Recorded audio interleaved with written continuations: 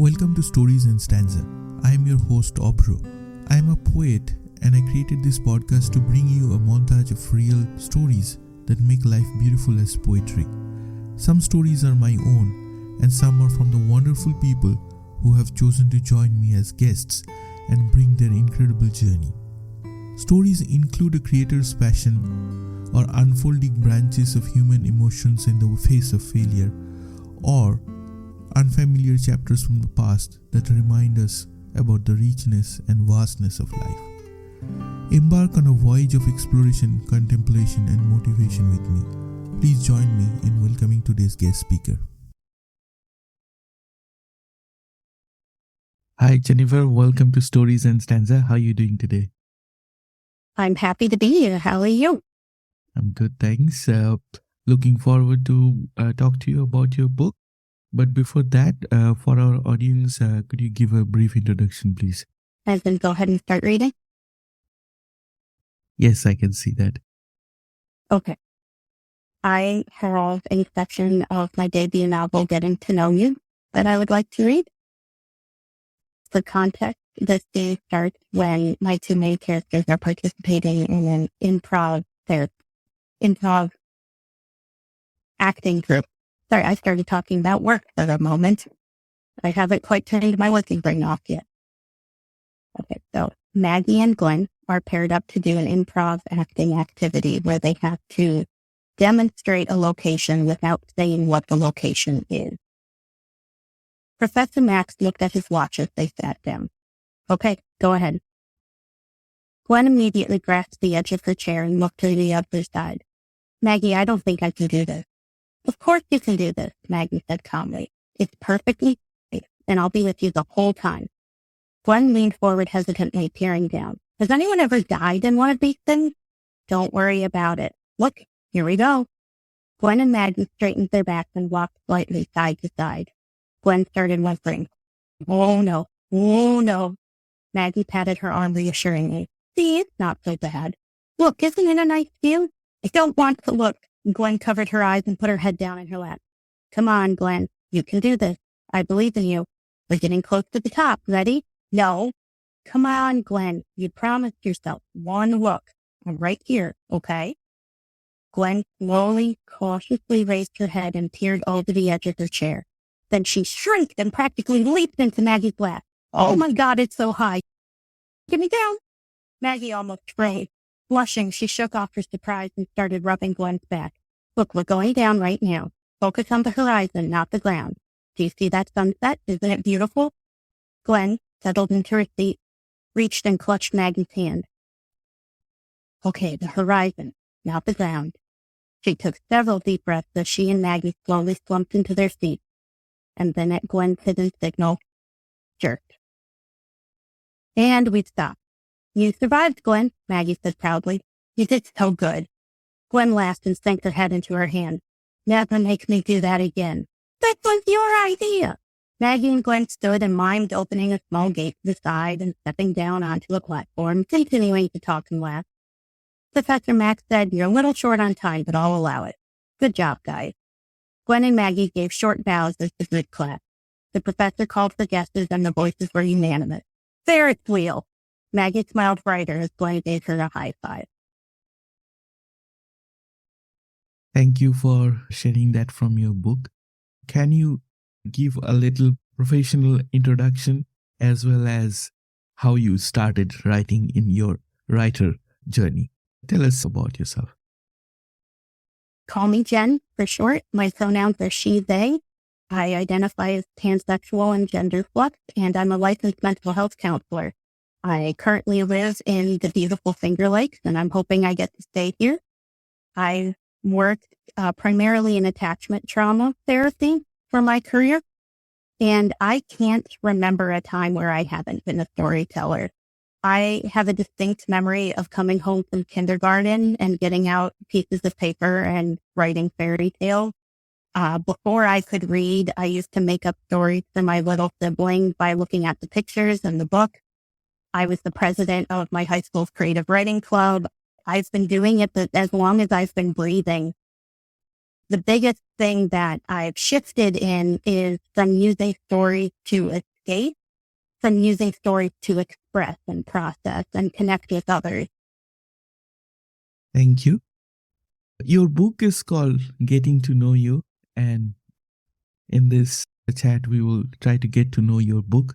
And you've already shared something from your book. Could you tell me who the book is for and what prompted you to give that message to your intended audience? That is a good question. And the short answer is I hope the book is for whoever needs it.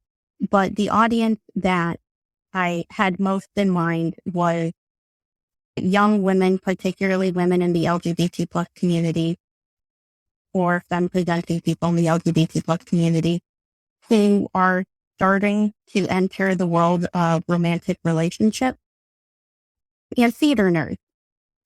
My 3-star reviews that I have so far are from people who say, overall it's good, but there's too much theater talk in it. And my 5-star reviews are from people who go, Stanislavski, I haven't heard that name in years.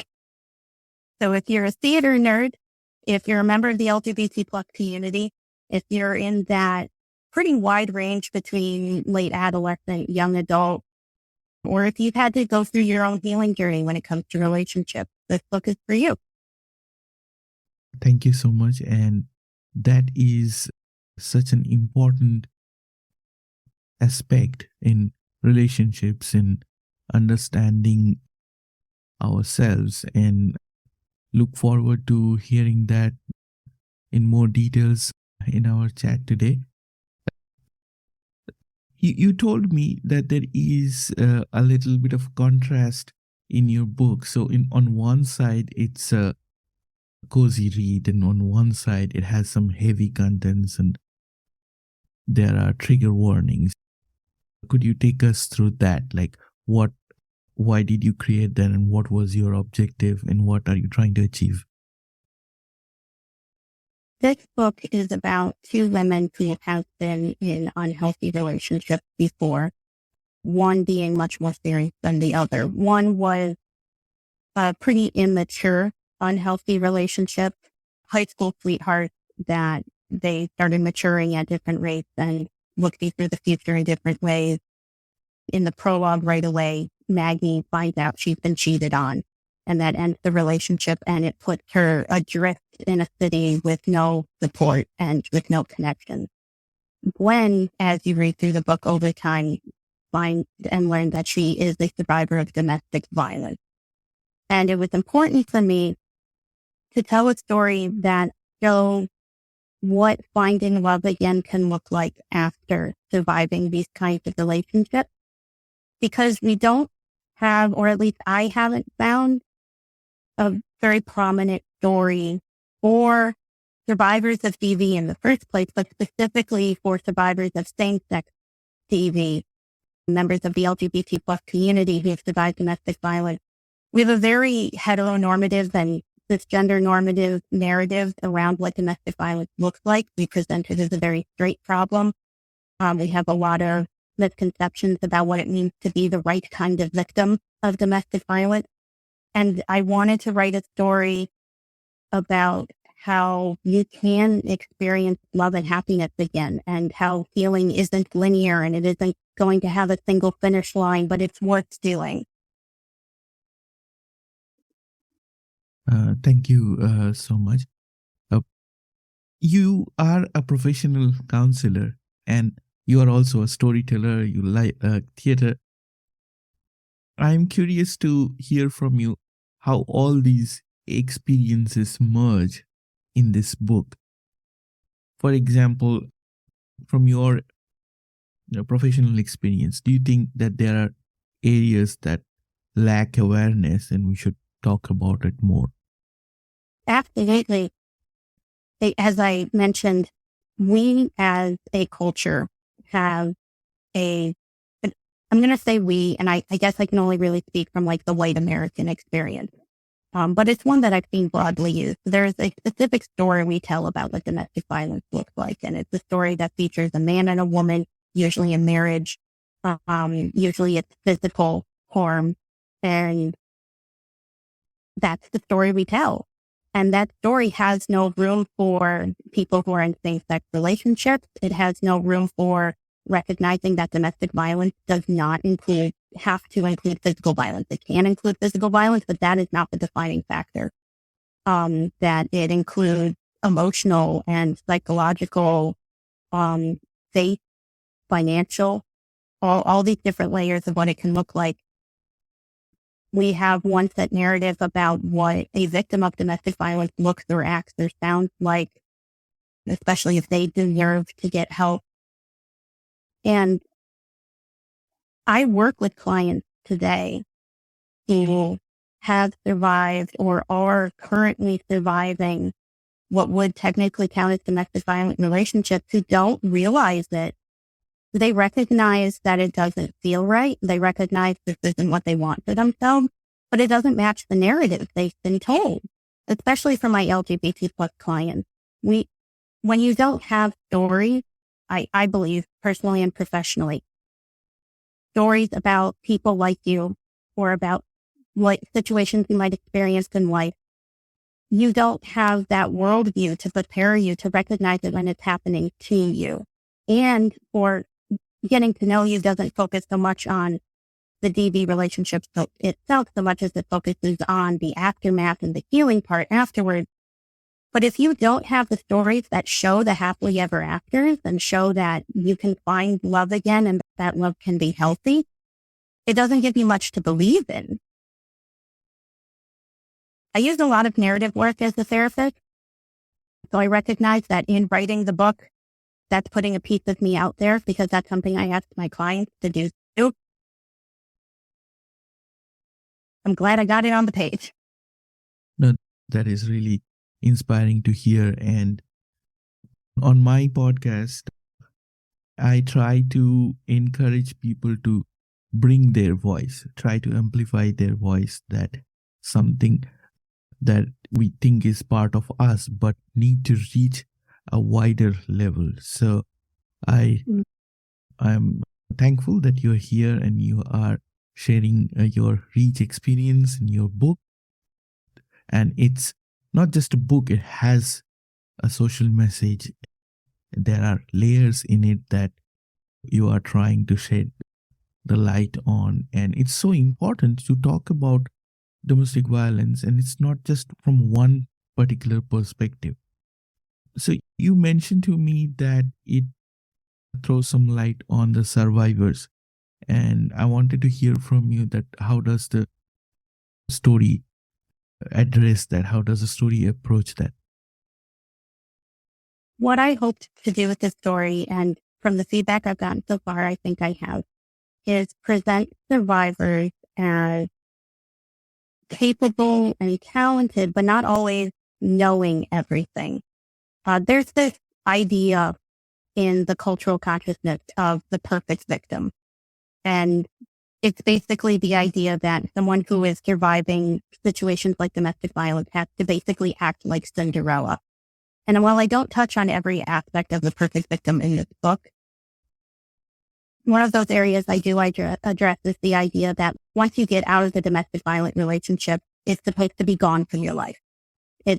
It's over and you don't do anything. Like you completely reclaim yourself and your healing journey begins and then you're flourishing again. And when you first meet Gwen in particular in this book, although Maggie, of course, has to do her own healing in terms of a lot of identity acceptance, Gwen is a little bit older than Maggie and has already done a lot of those steps of the healing. She's made a lot of progress in her identity acceptance. She's reclaimed her sense of agency. She's building her professional career. She demonstrates this sense of warmth and confidence that Maggie is really drawn to. But the closer they get and the more Gwen starts to open up to Maggie, the more Maggie realizes Gwen is still living under some of the unspoken rules that were set in her last relationship, because she's still living with some of that fear. She's still living with the fear of doing something that could set her former abuser off and make the situation unsafe again, because she's never quite sure if the former abuser is going to try and pop back into her life. So she continues to do some of these things that keep her in a certain mindset that she was in her old relationship that isn't healthy or appropriate for her now, but she doesn't know what else to do because she's doing it unconsciously. She's just trying to keep herself safe. And the book is about her learning to accept that doesn't need to be part of her life anymore.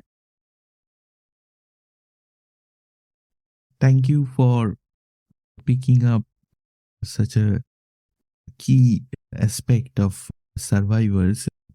And I'm curious to hear your professional opinion on this. Is that we are talking about healing, and we're talking about the characters in the book, but in general, from your experience, that when that someone who has survived a bad relationship, but they are broken, and there are pieces that the person picks up and moves on, but still they're carrying the weight of those broken pieces with themselves. So in that scenario, how does healing actually work? I'm not saying that how do we cope up in that day-to-day scenario, but how do we have a long-term healing? You said we non-linear. It's not linear. So how does that healing work? With the understanding that it's obviously different for everybody, generally speaking, trauma healing has 3 main components. The first component is establishing safety, removing yourself from the situation where the trauma is actively being reinforced on you. Second stage is the longest and hardest stage, which is finding what meaning that trauma is going to have for you now. When you're in the middle of it, the meaning is danger. The meaning is risk. The meaning is I have to survive right now. And if you continue to carry that meaning with you, which most survivors are going to for a while, that's not something you can just drop like a hat. But if you continue to carry it without being able to change that meaning for you, you continue living that story no matter how many years it's been since you technically left the situation. There's a term that's been floating on social media, main character energy. And I've taken that and started using it in my therapy with my clients because I love the idea it represents of making yourself the main character in your own story again, giving yourself that sense of empowerment of this is my story again. And part of what that means is recognizing as the main character, you have a traumatic backstory now. What does that mean for you? How can you accept something as part of your past while not letting it define who you are now? Obviously, the exact details of that are a little bit different for everybody, but the thing I see most often with my clients is I see a sense of them saying, I proved to myself that I can survive almost anything, so I shouldn't have to be afraid of what the future holds for me.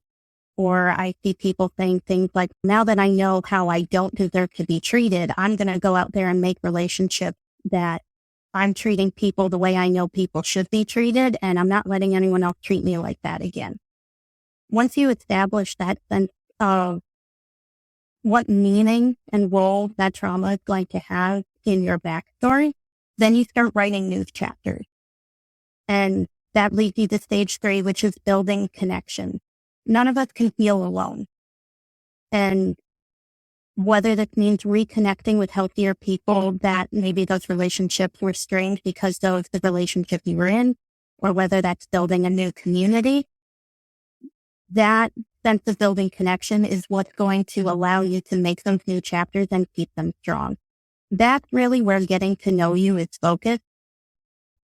That's a huge component that Maggie specifically represents, because Maggie is a 19-year-old in Los Angeles with no friends, no connection to her family anymore because of their homophobia, and now her girlfriend has broken their relationship off.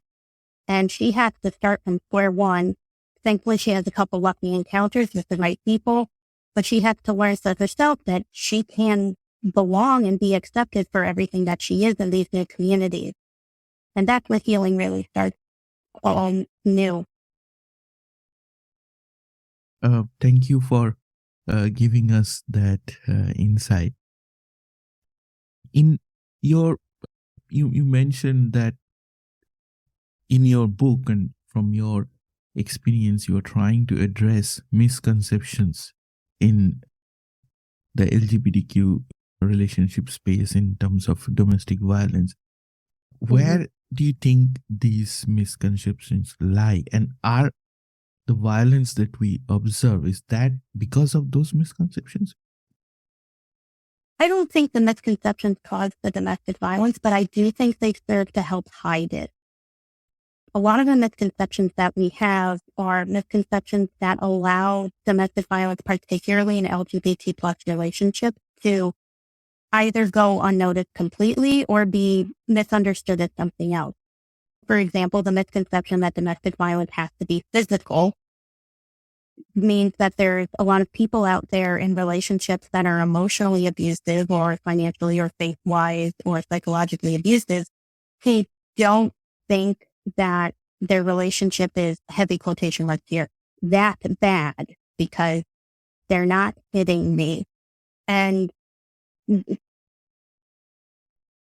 I get so upset about that because the vast majority of the time, those relationships aren't going to involve physical violence because physical violence is harder to hide. And most of them are trying to not get arrested. But physical violence is what we show when we tell these stories because it's an easy thing to put in a TV show. So you know right away that the relationship is bad. And I could rant about that forever. I'm going to step back from that particular point. For LGBT plus relationships specifically, the narrative we have about it being like a men on woman problem. And statistically speaking, in straight relationships, math-wise, there are more men who are perpetrators and more women who are survivors. But if that is the only narrative we look at, we're erasing men whose perpetrators are women. But B, what do you do once the relationship is being fixed now? You've created this narrative that it has to be a dominant gender over a subservient gender or an oppressed gender. When you have two women, for example, in a relationship, and one is actively harming another one, you have a tendency to be like, the women aren't capable of that. And when it's men, two men in a relationship, you say, the man should know how to defend himself. The man should be big and strong enough to stand up for himself. Furthermore, in an LGBT plus relationship, we as a community have a history of having to protect each other from homophobia or transphobia, from the police, from the law. There's a deeply rooted history of we have to look out for ourselves, us against the world. So when your partner that you recognize is somebody who's at risk of violence because of their sexuality or because of their gender, when they hurt you, there's an added barrier to reaching out for help for yourself or reporting what they're doing to you because you don't want to put them at risk. This is a person you care about that you recognize as part of a marginalized community that could face more severe consequences because of how they identify. And we have this ingrained sense of you can't betray part of the LGBT plus community. And that's sometimes part of what's used as the emotional abuse by the perpetrator. I could go on for a while, but to summarize it, what research we have indicates that domestic violence happens in rates as high as or higher in same-sex relationships as for straight relationships. But we have so little research on it because the community doesn't have a lot of established trust with professions and like organized health, particularly in the U.S. I'm sure you've heard us rant about our healthcare industry before. And because there just isn't a lot of accepted research in general about LGBT plus spaces. So there aren't stories and narratives about what it means to be LGBTQ and a domestic violence survivor. Thank you for explaining that and summarizing it as well. Do you think that there are areas you could have addressed, but you didn't get an opportunity to cover in your book? 100%. Obviously, every domestic violence relationship is a little different, and you're never going to be able to portray everything that could happen in one example of a relationship. One specific area that I wish I had more room for and didn't really have room for is I wish I could have addressed more of that perfect victim narrative. As I mentioned earlier in this one, I focused on when not showing the perfect healing journey that we want to people. But the other side of the perfect victim narrative that we tell is that Cinderella aspect, the person who endures the relationship without ever raising their voice, or they never get physical back. And that's just not true for so many survivors. So many survivors either get pushed and pushed until they reach a breaking point and engage in what is called reactive abuse, where the relationship has become so toxic that their behavior in turn becomes toxic back. It's a fighting fire with fire situation. And then in turn, the perpetrator will use that as evidence against them to say, see, you're the one who's dangerous. You're the one who's unsafe. You're the one who's overreacting. And that further isolates the survivors from trying to get help. And if they do reach out for help, they have a hard time with people being willing to give them that help, because they say, oh, you yelled back, you used bad words back, or you threw a dish, or you hit him back, so you're not innocent. And that narrative has put so many people at risk and makes so many people believe wrong things about themselves and their own story. And we need more stories out there demonstrating that you do not have to be Cinderella. You do not have to be the perfect victim to be worthy of healing and love again. I'm sure your book makes a difference in that space, and it creates awareness and make people curious. And then as society, we progress in the domain in times to come. Looking back at your book, so can you tell me, like, how did the book happen as to when you thought of putting this out there, and how long did it take to write? For example, how was your publication challenges, etc.? You, of course, you are supported by a strong professional background. So I'm curious to know that when did you decide that this has to become a book? This is a story that you want to tell. This is a long story. I'm going to try and make it as short as possible, I promise. I mentioned that I was in the creative writing club in high school. Somehow I managed to go through 4 years of an all-girls Catholic high school thinking I was straight. But my friends around me were not. And based off of my writing, one of them asked, could I write a same-sex love story where no one dies at the end? And if that sounds like a weird question, I just want to remind our listeners that representation for the LGBT plus in 2010 looked like Glee, and that was about it. And fan fiction. Bury your gays trope was alive and well. But I didn't quite have what I needed writing knowledge-wise or life experience-wise to write the story at that time. Shelved the project for a while. I then went to college. In college, I found out I'm not straight. This was a shock to none of my friends. I had my own relationship for 3.5 years with a woman that unfortunately was not healthy or safe. And that challenged me to re-examine a lot of my preconceptions about how love happens and how love works. But then the final nail on the sign of, Jen, you need to write this book, was around 2019. I had just had a baby. I was starting to get into BookTube and video essays on YouTube, and everybody and their brother was making a video essay about series like 50 Shades of Grey and After. And for any listeners who might not be familiar, both book series were marketed as happy ending erotic romances, but were heavily critiqued for having aspects of domestic violence in their relationships that were not responsibly addressed by the authors. And after listening to enough of these essays and listening to the prose of the books themselves, I went, you know what? If E.L. James can get a publishing deal, what is stopping me? I've been writing since I was a child. I've always been saying I was going to publish a book. It's my turn. So I started writing this book in 2019 on my phone while I breastfed my kid. And it took, I think until 2021, I finished with the draft and re-editing myself. And I actually tried self-publishing this first.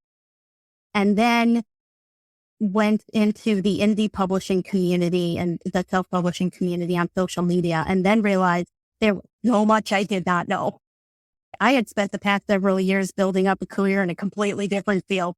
And there are people out here absolutely revolutionizing the publishing industry. And I didn't know what any of this was. So I learned what I could, did not make any sales of self-published, except on my mother-in-law. And then I took it down, re-edited it again, and started querying. And I was very blessed to be picked by Nine Star Press, which is an indie press for LGBT plus authors and their stories. And here we are now. That is amazing. And I wish the book all the success it deserves.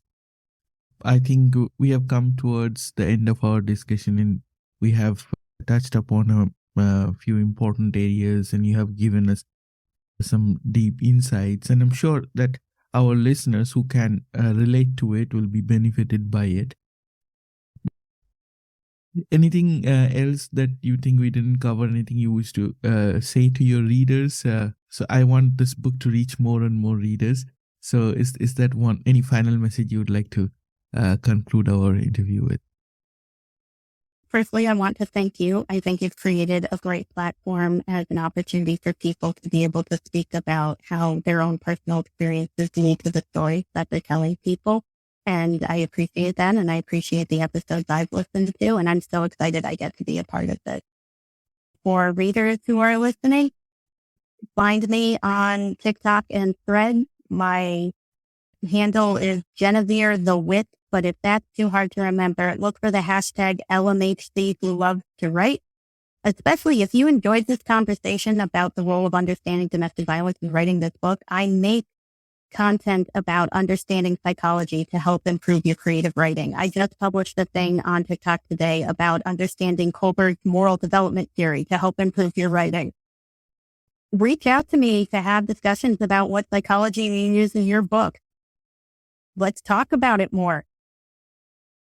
Thank you so much. I'm sure that it will resonate with like-minded people, and you will get a wider audience for your book as well. And best wishes from Stories and Stanza. Thank you. Thank you.